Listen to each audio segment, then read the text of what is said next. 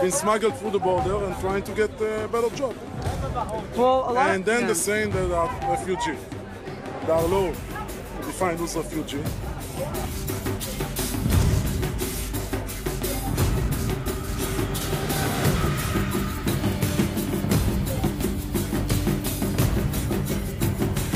The refugees they target are legitimate asylum seekers, having submitted proper paperwork proving they are fleeing execution based on political persecution. In the rest of the world, over 80% of Eritrean asylum seekers are granted asylum. In Israel, less than 1% have been approved. In the past 6 years, only 4 Eritreans and 0 Sudanese have had their asylum cases approved. Instead, Israel has rounded up and deported thousands of them, even sending them back with the knowledge they could be killed upon return. This heartless act is a clear violation of international law under the UN Refugee Convention.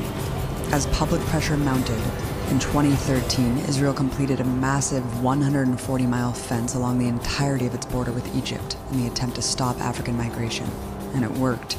Now the trip is so dangerous, very few attempt it. They use the Prevention of Infiltration law, which allows for the detention of migrants for up to 1 year without trial. While once permitted, African refugees are now forbidden to either work or live in Israel's major cities. Today, the Israeli government has an ultimatum to African refugees. Leave now, even offering a one-way plane ticket home or to another undisclosed African country and $3,500 cash, or go to prison.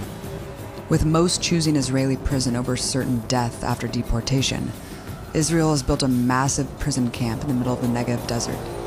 I visited what even some Israeli officials have called a concentration camp on the outskirts of Israel, in the middle of the blazing desert. On one side, the Holot camp, where African asylum seekers are sent after being rounded up in Israel's cities.